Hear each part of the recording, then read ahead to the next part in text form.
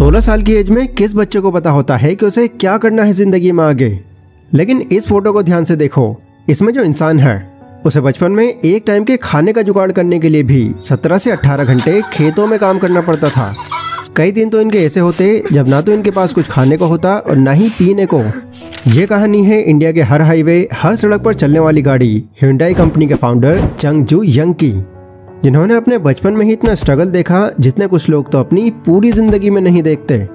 वो बचपन से ही अपनी लाइफ से इस कदर परेशान थे कि उनको अपनी ये जिंदगी नर्क की तरह लगती थी और कैसे भी करके वो इस नर्क से बाहर निकलना चाहते थे। इसीलिए अपने सपने को पूरा करने के लिए वो एक दिन घर से भाग गए, बट किसी वजह से उन्हें वापस आना पड़ा। उन्होंने फिर एक बार और ये काम किया। परेशान होकर वो घर से भाग गए, बट फिर किसी वजह से वापस लौट आए। ये कोशिश उनकी लगभग 3 बार हुई, पर चौथी बार उनके साथ कुछ ऐसा हुआ जो उन्होंने कभी नहीं सोचा था और इसी चीज़ ने उनकी लाइफ की पूरी दिशा ही बदल दी। पर आखिर ऐसा क्या हुआ उनके साथ और कैसे उन्होंने एक छोटे से गांव से निकलकर Hyundai जैसी एक जाइंट कंपनी खड़ी कर दी। वेल, ये सारी बातें जानने से पहले हमारा ये जानना ज़रूरी है कि उनकी लाइफ स्टाइल कैसी थी। तो कहानी के इस पहले चैप्टर की शुरुआत होती है उनके जन्म से। चंगजू यंग का जन्म 1915 में टोंगचोंग नाम के एक छोटे से गाँव में हुआ था। शुरुआत से ही एक बहुत गरीब परिवार से थे, क्योंकि वहाँ के देश की खराब इकोनॉमी की वजह से लोगों के पास खेती करने के अलावा कोई और ऑप्शन ही नहीं था। उनकी फैमिली को थोड़ा सा खाना जमा करने के लिए भी घंटों तक खेतों में काम करना पड़ता। पर बचपन से ही चंग का एक सपना था, वो बड़े होकर एक स्कूल टीचर बनना चाहते थे। लेकिन अपनी फैमिली का 7वां बच्चा होने की वजह से उनके सर पर उस घर के खर्चे और ज़्यादा बढ़ गए, जिस वजह से उनको 14 साल की उम्र में ही स्कूल छोड़ देना पड़ा। अब वो भी अपने पिता के साथ खेतों में काम करने के लिए जाते। वो सुबह से लेकर शाम तक खेतों में काम करते और रात तक शहर जाकर जलने वाली लकड़ियां बेचकर आते। लेकिन इतना काम, इतनी मेहनत करने के बाद भी उनकी फैमिली को घर चलाने तक के लिए ही खर्चा मिल रहा था। एक टाइम ऐसा भी आया जब खेती ना हो पाने की वजह से उनकी सारी फसल खराब हो गई और फसल के पैसे न मिलने के कारण उनको हफ्तों तक पानी पीकर गुजारा करना पड़ा। फैमिली की ऐसी हालत देखकर अक्सर उनके माइंड में ये बात आती, क्या मैं हमेशा के लिए एक गरीब किसान ही रहूँगा? क्या मेरी हालत कभी नहीं सुधरेगी? माना कि मेरी ज़िंदगी गरीबों वाली है, पर इतना तो ना मिले कि 2 टाइम का खाना भी नसीब ना हो।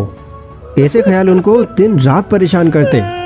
एक दिन उन्होंने न्यूज़पेपर में एक आर्टिकल देखा जिसमें यह लिखा था कि उनके गांव के पास शहर में एक नया कंस्ट्रक्शन का काम शुरू हो रहा है और इस काम के लिए उनको वर्कर्स की ज़रूरत है। उसको पढ़ने के बाद कुछ टाइम तक तो उन्होंने कोई एक्शन नहीं लिया, पर एक रात वो बिना किसी को बताए अपने दोस्त के साथ में अपना घर छोड़ के भाग गए। वो उसी शहर जा रहे थे जहाँ वर्कर्स की ज़रूरत थी। वो कई मील तक अपने दोस्त के साथ पैदल ही चलते रहे और कई जंगलों के बीच से निकलकर वो कवान नाम के एक शहर में आ गए। यहाँ पर उन दोनों ने उन लोगों से बातचीत की और जॉब हासिल कर ली एंड अब वो एज अ कंस्ट्रक्शन वर्कर काम करने लग गए।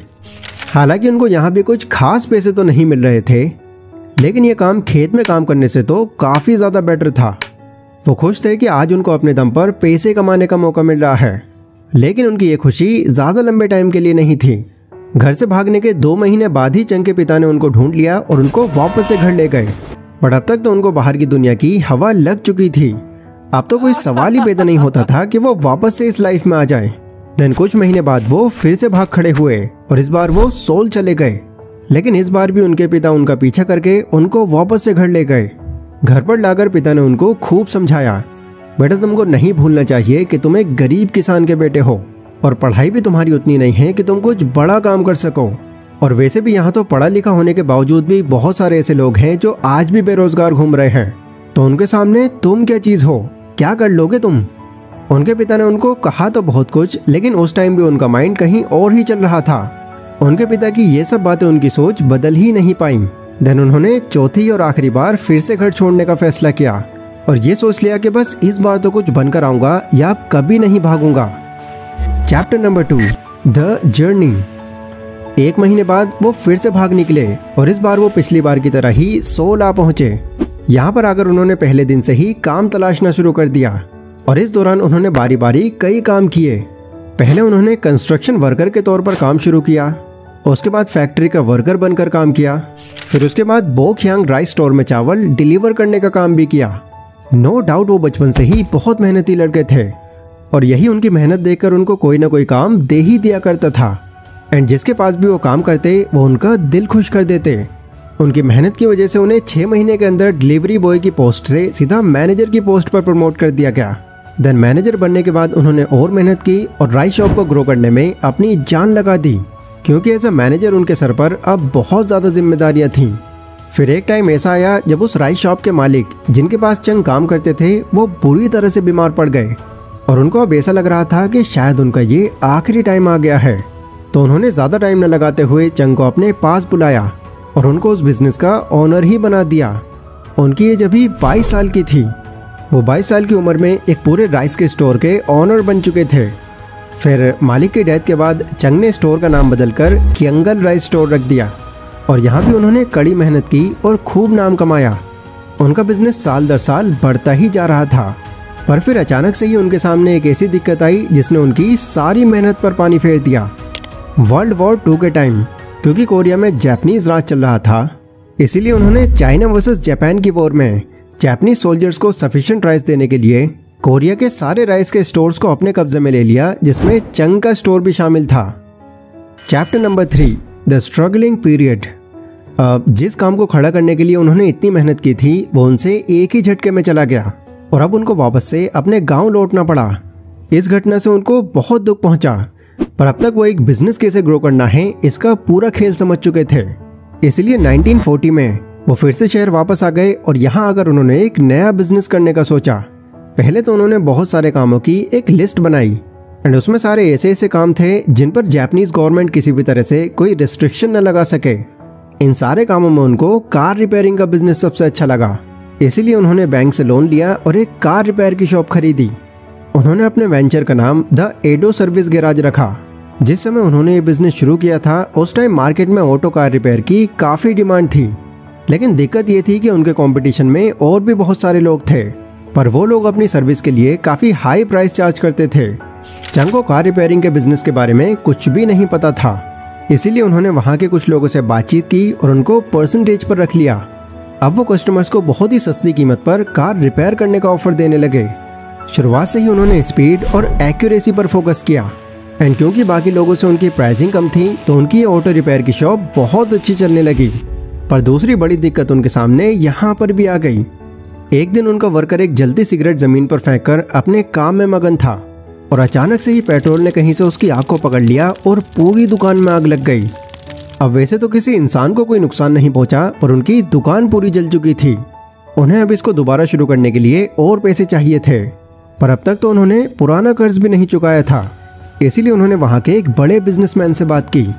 वो चंग को काफ़ी दिनों से जानते थे और बहुत टाइम से उनके बिजनेस को ग्रो करते हुए वो खुद भी देख रहे थे। इसलिए उन्होंने चंग को एज अ लोन पैसे उधार दे दिए और इस बार उन्होंने पहले से भी ज़्यादा अच्छे से दुकान खोली। यहाँ उनके यही एफर्ट्स रहते कि कम से कम टाइम में कस्टमर को उनकी कार ठीक करके दे दें। जहाँ पर उनके राइवल्स एक कार को ठीक करने में 20 दिन लगाते, वहीं चंग 5 दिन में ही अपने कस्टमर्स को फ्री कर दिया करते थे। यही सब देखकर उनका बिजनेस फिर तेजी पकड़ने लग गया। अब क्योंकि काम को जल्दी करना ही उनकी पहचान बन चुकी थी, इसीलिए उन्होंने कुछ और मैकेनिक्स को और हायर कर लिया। 3 साल के अंदर चंग के वेंचर में लगभग 80 लोग काम करने लगे एंड जितना भी उन्होंने यहाँ से पैसा कमाया, सबसे पहले तो उन्होंने अपने सारे लोन्स वापस किए। देन फिर उन्होंने अपनी फैमिली को भी एक घर दिलाकर वहीं पर शिफ्ट कर लिया। लेकिन दिक्कत उनकी लाइफ में अब भी ख़त्म नहीं हुई थी।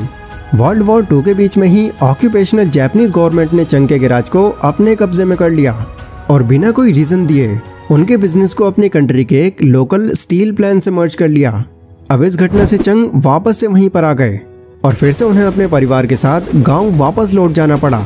लेकिन इस बार चंग बिल्कुल खाली नहीं थे। शॉप खो देने के बाद भी उनके पास 50,000 युवान्स की सेविंग्स थी।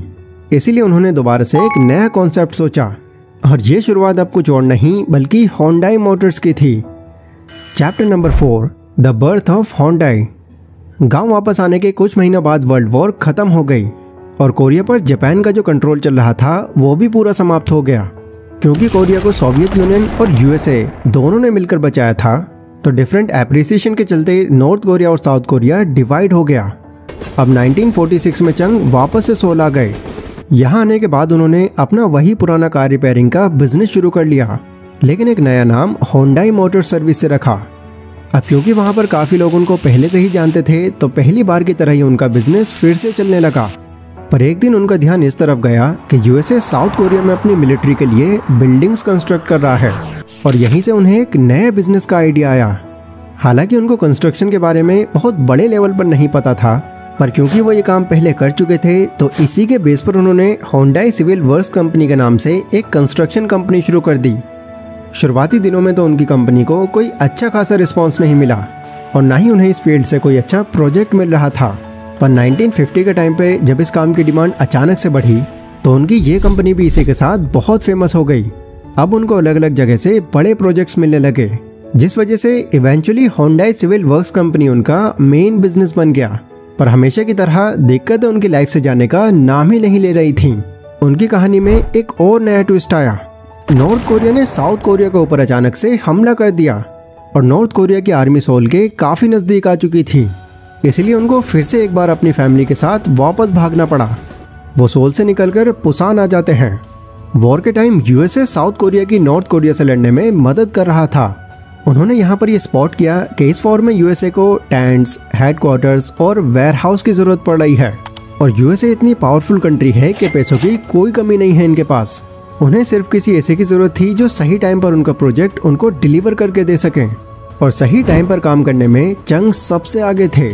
इसीलिए इतने बड़े डेंजर में भी उन्होंने उम्मीदें नहीं छोड़ी और अपनी छोटी सी एक टीम बनाकर फिर से काम शुरू कर दिया। उन्होंने कैन डू मोटो के प्रिंसिपल को चुना, जिसका मतलब था अगर प्राइस सही है तो वो कभी भी कहीं भी कंस्ट्रक्शन का काम करेंगे। एंड फिर क्या था, चंग ने पूरे जोश के साथ में अपना ये काम शुरू कर दिया। इस टाइम पर उनकी जान उनके गले में अटकी हुई थी, क्योंकि ऐसे टाइम पर वो काम कर रहे थे जहां उन पर कभी भी हमला हो सकता था। पर फिर भी उन्होंने हिम्मत रखी और काम करते रहे और इसी हिम्मत को देखकर यूएसए के लोग उनके काफ़ी अच्छे कस्टमर्स बन गए। देन जब वॉर ख़त्म हुई तो उसके बाद भी यूएसए के प्रोजेक्ट्स अब उन्हीं की कंपनी को मिलने लगे। इतना ही नहीं, साउथ कोरिया गवर्नमेंट जो कि वॉर के बाद कंट्री को रिकंस्ट्रक्शन करने लग रही थी, उन्होंने भी बिल्डिंग्स, ब्रिजेस और रोड बनाने का काम इसी कंपनी को दिया। उनकी होंडाई कंपनी ने ही साउथ कोरिया का सबसे बड़ा सो यंग डैम बनाया और ना सिर्फ डैम बनाया बल्कि साउथ कोरिया का सबसे बड़ा एक्सप्रेसवे ग्योंगबू हाईवे भी उन्हीं ने बनाया था। उन्होंने साउथ कोरिया को वापस पहले जैसा करने में बहुत बड़ा रोल प्ले किया और इसी वजह से उनका बिजनेस रॉकेट की स्पीड से ग्रो करने लगा। Chapter number 5, started making cars. अब चंग 50 साल के हो चुके थे। जहां पर लोग इस उम्र में रिटायरमेंट की प्लानिंग करते हैं, वहीं वो एक कामयाब कंपनी का मालिक होने के बाद भी उस लेवल पर सेटिस्फाइड नहीं थे। 1960 में उन्होंने बहुत सारे रोड्स पर कई ब्रिजेस बनाए, इसीलिए उन्होंने सोचा कि क्यों ना अब इन रोड्स पर कार चलने के लिए बनाई जाए। जिसके बाद उन्होंने फिर 1967 में होंडाई मोटर्स की शुरुआत की। एंड क्योंकि वहाँ के लोगों पर उनके बहुत एहसान थे तो कुछ ही टाइम में उनके ये बिजनेस को भी काफ़ी सपोर्ट मिला। देन 1 साल बाद उनकी कंपनी ने फोर्ड के साथ एक डील की जिसमें वो उनकी कोर्टिना कार्स को असेंबल करने वाले थे और इस कॉन्ट्रैक्ट के बाद ही पहली बार होंडाई कोर्टिना को लॉन्च किया गया। अब ये कॉन्ट्रैक्ट 2 सालों तक तो काफ़ी अच्छा चला, लेकिन उसके बाद दोनों कंपनीज के बीच में कॉन्फ्लिक्ट शुरू होने लग गए। असल में हुआ ये था, कार असेंबल्स करने के साथ साथ होंडाई अपनी यहाँ पर खुद की कार्स भी बनाना चाहती थी, पर फोर्ड को ये बात कुछ खास पसंद नहीं आई। इसीलिए चंग ने फोर्ड के साथ हुई इस डील को कैंसिल कर दिया और बिल्कुल नए लोग के साथ काम करने लगे। पहले तो उन्होंने जनरल मोटर्स और वॉक्सवैगन जैसी कंपनीज के साथ पार्टनरशिप करने का ट्राई किया, पर सभी ने उनके प्लान को रिफ्यूज कर दिया।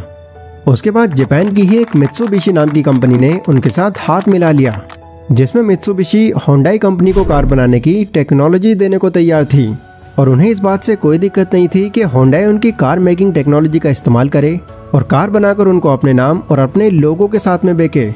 जब ये सब कुछ चल रहा था तो उस टाइम साउथ कोरिया की गवर्नमेंट में ऑटोमोबाइल मैन्युफैक्चरर्स के लिए एक नया लॉ पास किया गया। उन्होंने ऑटोमोबाइल कंपनीज को ऑर्डर दिया कि साउथ कोरिया के सिटीजन्स के लिए उनको अफोर्डेबल कार्स बनानी है जो सस्ती हों और बनाने में यूज होने वाले पार्ट्स भी साउथ कोरिया के ही हों। इन सभी बातों को ध्यान में रखते हुए चंग ने 1976 में एक नई ऑटोमोबाइल कंपनी शुरू की और उन्होंने साउथ कोरिया की सबसे affordable car Hyundai Pony launch की। ये कार लोगों को इतनी पसंद आई कि कुछ ही टाइम में होंडाई ने ऑटोमोबाइल कार मैन्युफैक्चरिंग में 60% शेयर ले लिया।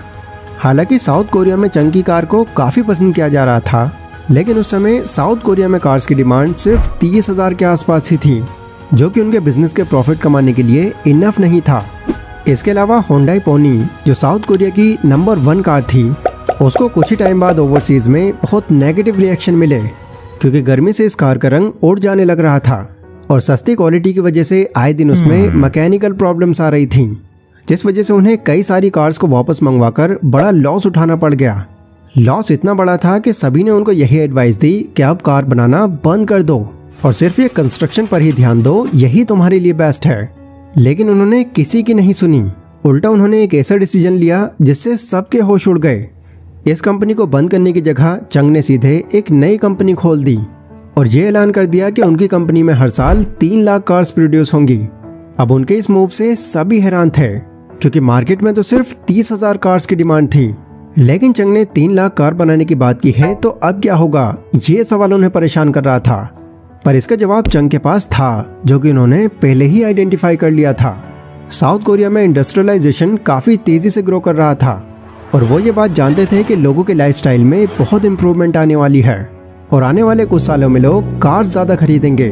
चंग ने ये कंपनी 1980 में शुरू की और फिर उसके 2 साल बाद उन्होंने होंडाई का दूसरा मॉडल होंडाई पोनी 2 लॉन्च किया।